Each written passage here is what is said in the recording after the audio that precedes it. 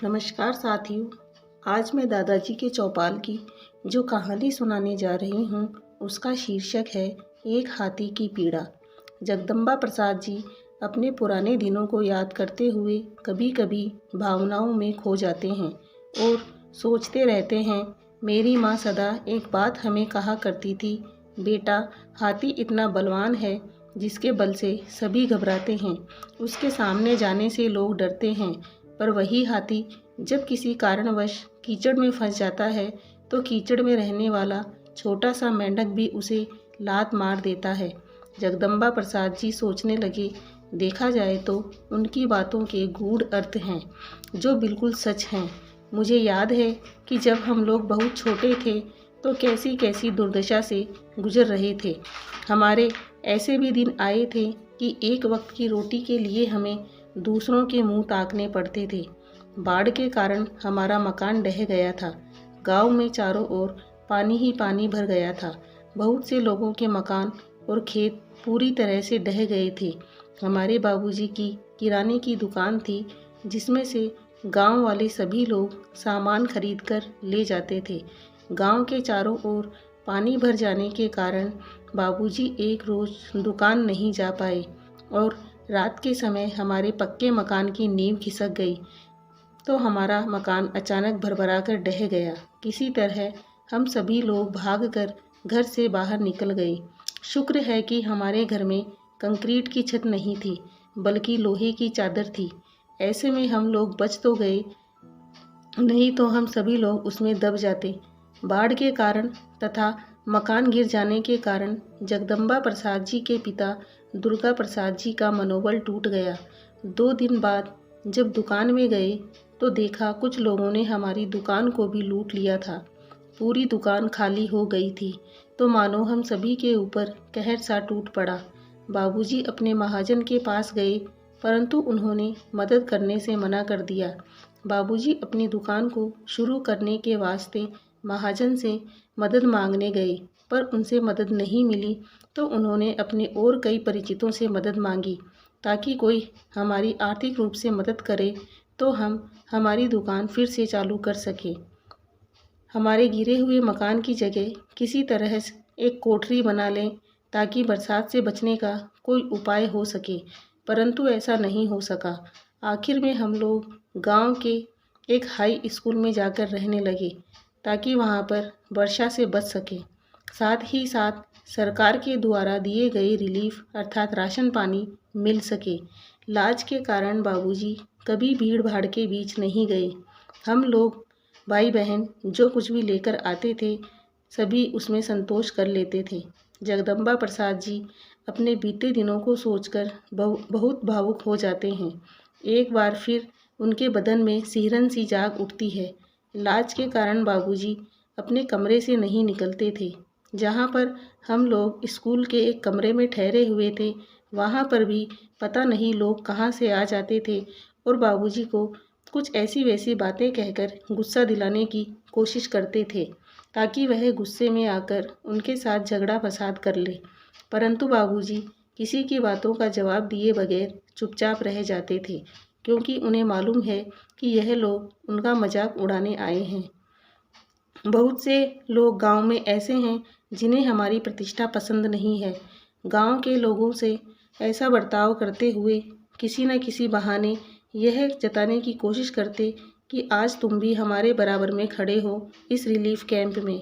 हमें आशंका है कि इन्हीं लोगों में से किसी ने हमारी दुकान को भी लूट लिया था।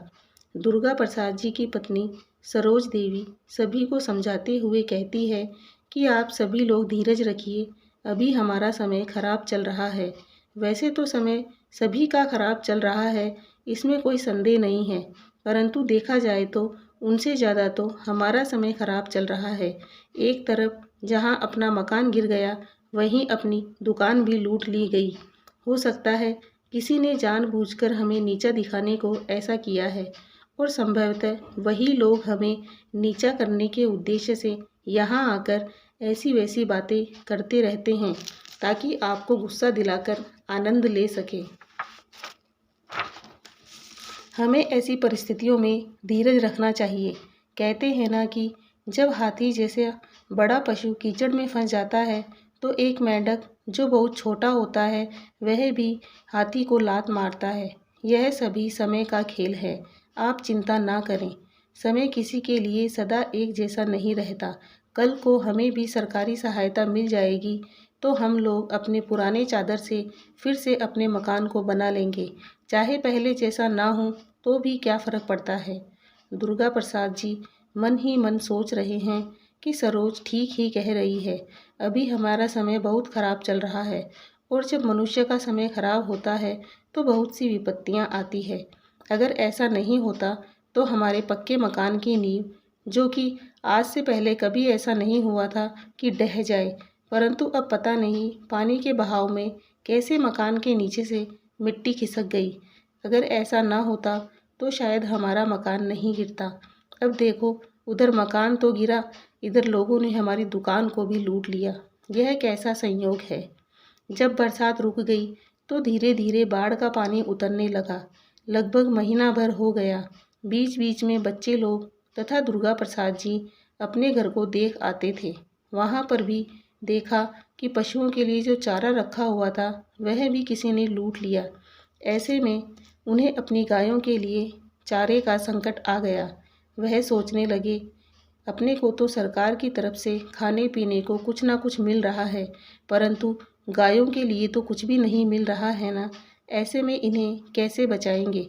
तो सरोज देवी कहने लगी, देखिए जी, मेरे मन में विचार आया है कि क्यों ना मैं अपने मायके हो आऊँ और उनके हाल चाल देख आऊँ।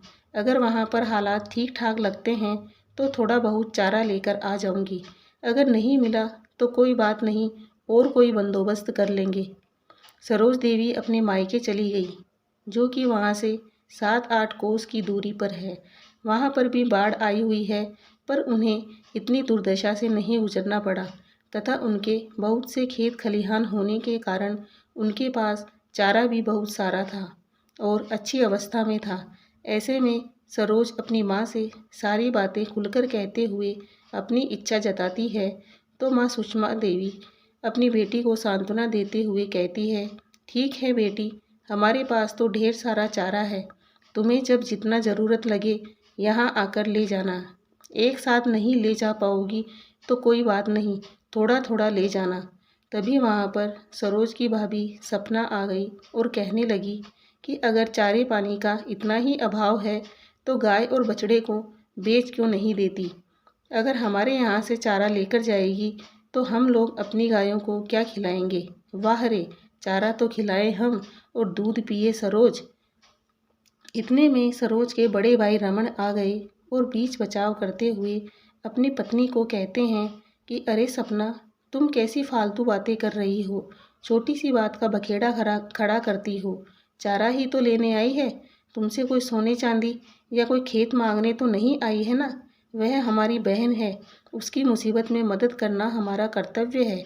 झुंझलाते हुए सपना कहने लगी, तुम अपने ज्ञान की बातें अपने पास रखो। अगर उसके पास चारे की कमी है तो गायें हमारे पास छोड़ दे, हम लोग पाल लेंगे। जब उसे ले जाने की इच्छा हो तब ले जाए, मैं भला क्यों मना करूँगी, पर यहाँ से चारा नहीं देंगे। सरोज वहाँ से चुपचाप विदा होकर घर की ओर लौट रही थी। तभी रास्ते में उसकी छोटी चाची मिल गई और कुशल मंगल पूछने लगी। तो सरोज ने चाची से अपने हालात कहे। चाची कहने लगी, यह तो बहुत दुख की बात है। देख बेटा, जब किसी के घर पर बहू का राज होता है तो अक्सर वहाँ के हाल वैसे ही होते हैं। अब हमारे घर में तो बहू आई नहीं है, ऐसे में मैं ही अपने घर की मालिक हूँ और जिसे जो देना चाहूँ दे सकती हूँ। मुझे कोई रोकने वाला नहीं है। ठहर, अभी तेरे चाचा को कह देती हूँ। कहते हुए आवाज़ लगाकर अपने पतिदेव को बुलाने लगी और बोली, अरे मनुआ के बाबूजी, थोड़ा यहाँ आओ।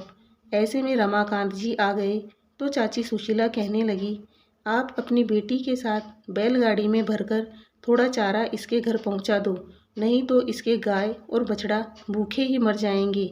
अभी तुम पहुंचा दो। जब तक तुम उसे लादते हो तब तक मैं सरोज बिटिया को कुछ खिला देती हूँ। कहते हुए चाची अपने हाथों से सरोज के लिए खाना लेकर आती है तथा उसके साथ खूब सारा सूखा अनाज बांधकर बैलगाड़ी में रख देती है। सरोज अपने चाचा के साथ चारा लेकर अपने घर की ओर लौटने लगी और मन ही मन सोचने लगी कि आज मेरे बाबूजी नहीं रहे। अगर बाबूजी होते तो किसी की हिम्मत नहीं पड़ती कि उनके आगे कुछ कहे, और मेरे भाई साहब तो अपनी बीवी के आगे बिल्कुल चूहे बनकर रहते हैं। आज मेरे दुर्दिन आ गए हैं। अगर दुर्दिन ना आते तो क्या मैं इनके पास चारा लेने यहाँ आती? अब तक तो कभी नहीं आई। निहायत ही हमारे हालात ख़राब चल रहे हैं तो आना पड़ा। अपनी बेटी के दुर्दिन आने पर मायके वाले ही उसकी मदद के लिए आगे आते हैं। आज भाभी जिस तरह हमारे साथ दुर्व्यवहार कर रही है, यह किसी भले लोगों का परिचय नहीं कहा जा सकता। इस लिहाज से छोटी चाची ने सचमुच माता पिता का फर्ज निभाया है, जो सपना भाभी को करना चाहिए था। सरोज अपने चाचा की बैलगाड़ी में बैठकर अपने डेरे में आ गई। सरोज अपने चाचा को विदा कर अपनी सारी घटना उनको बताती है। फिर उनसे अनुरोध करते हुए कहने लगी कि अगर आप मेरी कुछ मदद करो तो हमारी गाड़ी फिर से पटरी पर आ जाएगी, नहीं तो मुश्किल हो जाएगी। हम लोग सारी कोशिश करके थक चुके हैं। सरकारी सहायता जो भी मिल रही है उसमें हमारा गुजारा तो हो रहा है, पर हमें अपने हाथों से कुछ तो करना ही होगा ना। बेटी की बातें सुनकर चाचा रमाकांत कहने लगे, कोई बात नहीं, मैं कल खुद अपने परिचित लाला मदन लाल को कहूँगा तो वे मना नहीं करेंगे। मैं अपने नाम पर सारा माल लेकर आ जाऊँगा। तुम तो केवल एक सूची बना दो कि तुम्हें दुकान में कौन कौन से सामान की ज़रूरत है। मैं थोड़ा बहुत पैसा देकर उनसे सामान लेकर आ जाऊँगा, और जैसे जैसे सामान बिकता जाए वैसे वैसे तुम पैसे चुकाते रहना और नया सामान लाते रहना। चाचा रमाकांत जी के प्रयास से फिर से दुर्गा प्रसाद जी के किराने की दुकान खुलने लगी, पर अंदर ही अंदर दुर्गा प्रसाद जी के मन को ठेस पहुंची कि आज कैसे दिन आ गए हैं कि उधार कर्ज लेकर फिर से दुकानदारी शुरू करना पड़ा है। मैं कैसे कैसे लोगों से मिन्नतें मांगता रहा, जिनकी दुकान से महीने भर में लाखों का सामान लाता हूँ, वह भी मुझे मदद करने से मना कर दिए। अगर ऐसा ना होता तो आज मुझे सरोज के चाचा से मदद नहीं लेनी पड़ती। आज तक मैंने किसी से मदद नहीं मांगी, वरन मैंने सभी की मदद की है, पर आज वक्त इतना ख़राब आ गया है कि लोगों से मदद मांगने को हाथ फैलाने पड़ रहे हैं, पर किसी ने भी मेरी मदद नहीं की। सरोज ठीक ही कहती है कि हाथी जब कीचड़ में फंस जाता है तो छोटा सा मेंढक भी उसे लात मारने से पीछे नहीं रहता।